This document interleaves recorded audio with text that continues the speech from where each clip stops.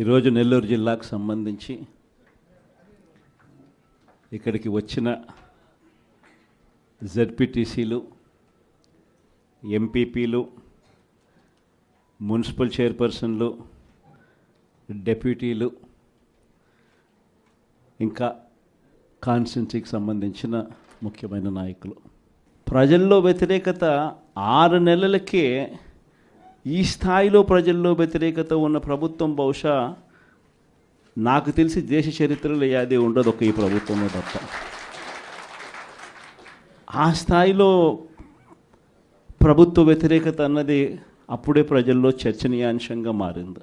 మొట్టమొదటిసారిగా ఈ స్థాయి నుంచి కాదు, ఈ స్థాయిలో కనిపిస్తుంది ప్రజల్లో ప్రభుత్వం మీద వ్యతిరేకత. ఒకవైపున ఎన్నికలప్పుడు తానిచ్చిన మాటలేమిటి, ఎన్నికలప్పుడు వాళ్ళు చెప్పిన మేనిఫెస్టో ఏమిటి, ఎన్నికలప్పుడు వాళ్ళు చెప్పిన వాగ్దానాలు ఏమిటి, చివరికి దాదాపుగా 8 నెలలు కావస్తూ ఉంది. ఈ 8 నెలల్లో వాళ్ళు చేసింది ఏమిటి అన్నది ఒక్కసారి గమనించినట్లయితే ప్రతి ఇంట్లో కూడా ఇదే చర్చ జరుగుతూ ఉంది. గతంలో వచ్చే పథకాలు ఏవి కూడా అమలు కావడంలా. మరోవైపున చూస్తే ఎన్నికలప్పుడేమో ప్రతి ఇంటికి పోయారు, ప్రతి ఇంటికి పోయి మరి ఆ ఇంట్లో ఎవరిని వదిలిపెట్టల. ఎవరు కనిపించినా సరే ఆ ఇంట్లో ఈ సైజు నుంచి మొదలు పెడితే చాలు, నీకు 15,000, నీకు 15,000, నీకు 15,000 దగ్గర నుంచి స్టార్ట్. ఆ నుంచి ఇంక కొంచెం అడుగులు ముందుకు వేస్తే ఆ ఇంట్లో నుంచి ఆ పిల్లల తల్లి బయటకు వచ్చిందనంటే, ఆ తల్లి బయటకు వచ్చినా, ఆ పిల్లల చిన్నమ్మలు బయటకు వచ్చినా కానీ వెంటనే నీకు 18,000, నీకు 18,000, నీకు 18,000 అని స్టార్ట్. అందరితో ఆగల. ఆ ఇంట్లో ఎవరు కనపడినా సరే, ఆ ఇంట్లో ఆ తల్లుల పెద్దమ్మలు, ఆ తల్లుల అత్తలు, వాళ్ళు బయటకు వస్తే చాలు, నీకు 48,000, నీకు 48,000, నీకు 48,000. అంతటితో కూడా ఆగల. ఆ ఇంట్లో నుంచి ఒక 20 ఏళ్ళ పిల్లోడు అలా నడుచుకుంటూ బయటకు వస్తూ కనిపిస్తే చాలు, నీకు కూడా 36,000, 36,000, 36,000 అన్న మొదలుపెట్టారు. అంతటితో కూడా రాగల. ఇంట్లో నుంచి ఎవరైనా రైతుగా కనిపించాడంటే, ఒక కండువా వేసుకొని పెద్ద మనిషి ఎవరైనా కనిపించారంటే, నీకు 20,000, నీకు 20,000, నీకు 20,000 అని స్టార్ట్. ఇలా ఇంట్లో ఎవరు కనపడినా, ఏ సైజులో కనపడినా, ఈ సైజు నుంచి ఈ సైజు దాకా ఎవరు కనపడినా కూడా ఇంట్లో 15,000 నుంచి మొదలు పెడితే 48,000 దాకా ప్రతి ఒక్కరికి నీకు నీకు నీకు నీకు అని చెప్పుకుంటూ వచ్చారు. కానీ ఆ రోజు మనం అబద్ధాలు చెప్పాల. బహుశా ఎన్నికకి వెళ్ళి మళ్ళీ ఇది జరుగుతుంది అని తెలిసి బహుశా మళ్ళీ ఆ రోజుకి మళ్ళీ వెళ్ళి ఈ రోజైనా ఆ రోజు మాదిరిగా భావించి మళ్ళీ చెప్తారా అని అంటే బహుశా మనం అది కూడా ఎప్పుడు చెప్పమేమో. ఎందుకనంటే రాజకీయాలలో ఉన్నప్పుడు క్యారెక్టరు, క్రెడిబిలిటీ, ఈ రెండిటికి చాలా విలువ ఉంది. క్యారెక్టరు, క్రెడిబిలిటీ అనేది ఎలాంటివి అని అంటే, ఒక మనిషి ఒక లీడర్గా మనం ఒక మాట చెప్పినప్పుడు అదొక కార్యకర్తకు కావచ్చు, లేకపోతే ఒక మనిషికి కావచ్చు, లేదా ఒక ఇంటికి కావచ్చు, ఒక వ్యక్తికి కావచ్చు. మనం ఒక మాట చెప్పినప్పుడు ఆ మాట నమ్ముతారు, ఆ తర్వాత చూస్తారు. ఆ తర్వాత అది జరగనప్పుడు ఆ తర్వాత ఆ మనిషికి విలువ పోతుంది. క్యారెక్టర్, క్రెడిబిలిటీ అనేది అంత స్ట్రాంగ్ పదాలు. అందుకే మనం అబద్ధాలు చెప్పలేకపోయాం. అందుకే మనం ఆ రోజు మేనిఫెస్టో గురించి మనం ఇదే మాదిరిగా రిలీజ్ చేసేటప్పుడు ఒక పెద్ద ప్రజెంటేషన్ ఈ మాదిరిగానే ఇచ్చా. ఇది మన పథకాలు, ఇవి మనం చేస్తూ ఉన్న పథకాలు, దేశంలో కాదు రాష్ట్రంలో ఎప్పుడు చూడని విధంగా మొట్టమొదటిసారిగా ఒక మేనిఫెస్టో అన్నది ఒకటి చెప్పి, మనం రాకమునుపు చరిత్రలో ఎప్పుడు జరగల. మనం రాకమునుపు ఏ రాజకీయ నాయకుడైనా కూడా మేనిఫెస్టో అంటే ఎన్నికలప్పుడు ఇంతలా పుస్తకం చెప్పేవాళ్ళు, ఎన్నికలు అయిపోయిన తర్వాత దాన్ని చెత్తపుట్టలో పడేసేవాళ్ళు. మొట్టమొదటిసారిగా ఎన్నికలలో మేనిఫెస్టో అన్న పదానికి అర్థం చెప్పింది ఎప్పుడైనా జరిగింది అని అంటే అది ఒక్క వైఎస్ఆర్సీపీ ప్రభుత్వంలో మాత్రమే అని గర్వంగా చెప్పగలుగుతాం. అంత గొప్పగా దేశంలో ఎప్పుడు జరగని విధంగా బడ్జెట్ ప్రవేశపెట్టేటప్పుడే సంక్షేమ క్యాలెండర్ కూడా రిలీజ్ చేస్తూ ఏ నెలలో ఏ పథకం మనం అమలు చేస్తామో ముందే చెప్పి ఆ పథకాన్ని తూచా తప్పకుండా ఆ నెలలో నేరుగా బటన్ నొక్కి నా అక్క చెల్లెమ్మల ముఖాలలో సంతోషాన్ని చూడాలని చెప్పి తాపత్రయపడిన ప్రభుత్వం దేశ చరిత్రలో ఏదైనా ఉంది అని అంటే అది ఒక్క వైఎస్ఆర్సీపీ ప్రభుత్వం మాత్రమే అని చెప్పగలుగుతాం. నిజంగా అదే విషయాలన్నీ కూడా చెప్పి చూపించాం. ఇది రాష్ట్ర బడ్జెటు, ఈ మాదిరిగా మనం చేసుకుంటూ పోతా ఉంటే మనకి ఇంత ఖర్చు అవుతూ ఉంది. చంద్రబాబు నాయుడు గారు చెప్తా ఉన్నట్టు ఇవన్నీ చెప్తా ఉన్నాడు, సూపర్ 6 అని సూపర్ 7 అని. ఆయన చెప్పిన పథకాలన్నీ అమలు చేయాలి అని అంటే 1,72,000 కోట్లు కావాలి. ఇది అయ్యే పనులు కాదు, ఆయన చెప్తా ఉండే అబద్ధాలు మోసాలు అని చెప్పి ఇదే మాటలు నేను చెప్పా. ఎన్నికలప్పుడు బహుశా ప్రతి సభలో కూడా ఇదే చెప్పా. చంద్రబాబు నాయుడుని నమ్మడము అని అంటే చంద్రముఖిని నిద్ర లేపడమే అని చెప్పా. చంద్రబాబు నాయుడు నమ్మడము అని అంటే పులి నోట్లో తలకాయ పెట్టడమే అని కూడా చెప్పిన. ఆ రోజు నేను అన్న మాటలు, ఆ రోజు సభల్లో నేను అన్న మాటలు ఈరోజు ప్లే చేసి చూస్తే, ఈరోజు ఆ వీడియో క్లిప్పింగ్లన్నీ మళ్ళీ వింటే జగన్ ఎంత కరెక్ట్గా చెప్పినాడబ్బా అని చెప్పి ఈరోజు ఎవరైనా అనుకునే పరిస్థితి.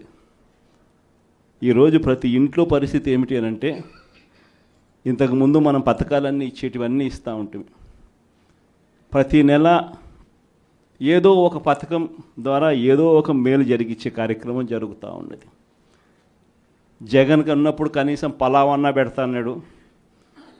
జగన్ పోయాడు, చంద్రబాబు నాయుడు వచ్చాడు, బిర్యానీ పెడతానన్నాడు. చివరికి బిర్యానీ పోయింది, పలావ్ పోయింది, 2 పోయినా ఈ పొద్దు అని చెప్పి ఈరోజు ప్రతి ఇంట్లో కూడా ఈరోజు చర్చనీయాంశంగా మారింది. ఈరోజు చంద్రబాబు నాయుడు చెప్పిన ప్రతి పథకం కూడా, ఇంతకుముందు మనకు ఇప్పటికి చంద్రబాబు నాయుడుకి తేడా ఏమిటి?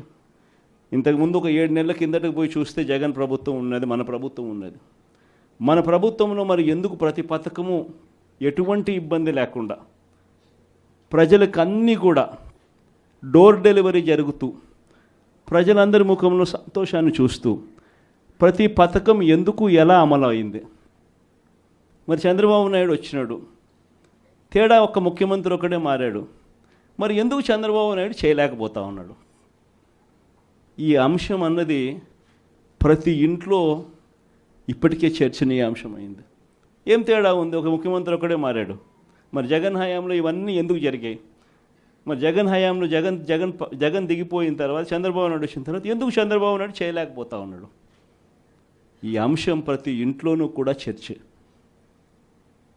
నిజంగా చంద్రబాబు నాయుడు చెప్పిన హామీలు, వాగ్దానాలన్నీ గాలికి ఎగిరిపోయాయి. మరోవైపున చూస్తే ప్రతి ఇంట్లో ఈరోజు చర్చ ఏమిటంటే, 8 నెలలు అయిపోయింది, సంక్రాంతి వచ్చేసింది, అదే జగనే ఉండి ఉంటే, అదే వైఎస్ఆర్సీపీ ప్రభుత్వమే ఉండింటే ఏప్రిల్ మాసంలోనే వసతి దీవెన వచ్చేది, డ్వాక్రా అక్క చెల్లెమ్మలకు 0 వడ్డీ ఏప్రిల్ నెలలోనే వచ్చేది, మే నెల వచ్చేసరికి జగనన్న విద్యా దీవెన వచ్చేది, రైతులకు ఉచిత పంటల బీమా వచ్చేది, రైతులకు రైతు భరోసా వచ్చేది, మత్స్యకార భరోసా వచ్చేది, డీజిల్ మీద సబ్సిడీ కూడా ఇచ్చే కార్యక్రమం జరిగేది. జూన్ మాసం వచ్చేసరికి జగనే ఉంటే అమ్మఒడి పథకం కూడా పడి ఉండేది. జూలై మాసం వచ్చేసరికి వైఎస్ఆర్సీపీ ప్రభుత్వమే ఉంటే వాహనమిత్ర పథకం పడి ఉండేది, కాపు నేస్తం వచ్చి ఉండేది, చిరు వ్యాపారులకు జగనన్న తోడు పథకం కూడా పడి ఉండేది. ఆగస్టు మాసం వచ్చేసరికి వైఎస్ఆర్సీపీ ప్రభుత్వమే ఉంటే జగనన్న విద్యా దీవెన వచ్చి ఉండేది, నేతన్న నేస్తం డబ్బులు పడి ఉండేటివి. మళ్ళీ సెప్టెంబర్ మాసం వచ్చేసరికి వైఎస్ఆర్ చేయూత డబ్బులు కూడా అక్క చెల్లెమ్మల ముఖంలో సంతోషం కనిపించే విధంగా కలకలలాడుతూ కనిపించేది. అక్టోబర్లోకి వచ్చేసరికి వైఎస్ఆర్ రైతు భరోసా 2వ విడత పడి ఉండేది. నవంబర్లోకి వచ్చేసరికి జగనన్న విద్యా దీవెన రైతులకు 0 వడ్డీ కింద జమ అయి ఉండేది. డిసెంబర్లోకి వచ్చేసరికి ఈబీసీ నేస్తం పడి ఉండేది, లా నేస్తం వచ్చి ఉండేది. పిల్లలందరికీ 8వ తరగతి చదువుతా ఉన్న పిల్లలందరి చేతుల్లో ట్యాబులు కూడా కనిపించుండేటివి. జనవరికి వచ్చేసరికి రైతులకు మళ్ళీ చివరి దఫా రైతు భరోసా సమ్ముబడి ఉండేది. చిరు వ్యాపారాలకు జగనన్న తోడు అందుండేది. సంక్రాంతి సమయానికల్లా అక్క చెల్లెమ్మలకు ఆసరా కూడా పడి ఉండేది. ఇవన్నీ నేను ఎందుకు చెప్తా ఉన్నానంటే, ఫిబ్రవరిలోకి వచ్చేసరికి విద్యా దీవెన, జగనన్న చేదోడు. ఒకే ఒక్క చేంజ్. ఇది 5 సంవత్సరాలు మనం ప్రతి సంవత్సరం ప్రతి నెల ఈ మాదిరిగానే షెడ్యూల్ ఇచ్చి ఈ మాదిరిగానే చేసి చూపించడం. మారిందల్లా కేవలం ముఖ్యమంత్రి ఒకటే. ఈరోజు మరి ఎందుకు జరగడంలా ఈ చర్చ ప్రతి ఇంట్లో కూడా ఇప్పటికే స్టార్ట్ అయింది. ఈరోజు ఏ ఎంపీటీసీ అయినా, ఏ జెడ్పీటీసీ అయినా, ఏ రాజకీయ నాయకుడైనా కూడా చిన్న స్థాయి నుంచి సర్పంచ్ స్థాయి నుంచి ఎమ్మెల్యేగా ఓడిపోయిన స్థాయి నుంచి ఏ నాయకుడైనా కూడా, వైఎస్ఆర్సీపీకి సంబంధించిన ఏ నాయకుడైనా గర్వంగా తలెత్తుకుని ఏ ఇంటికైనా పోగలుగుతాడు. గర్వంగా తలెత్తుకుని ఏ ఇంటికైనా పోగలుగుతాడు. కారణం ఏమిటనంటే, మనం ఏదైతే చెప్పామో అది చేసి చూపించడం.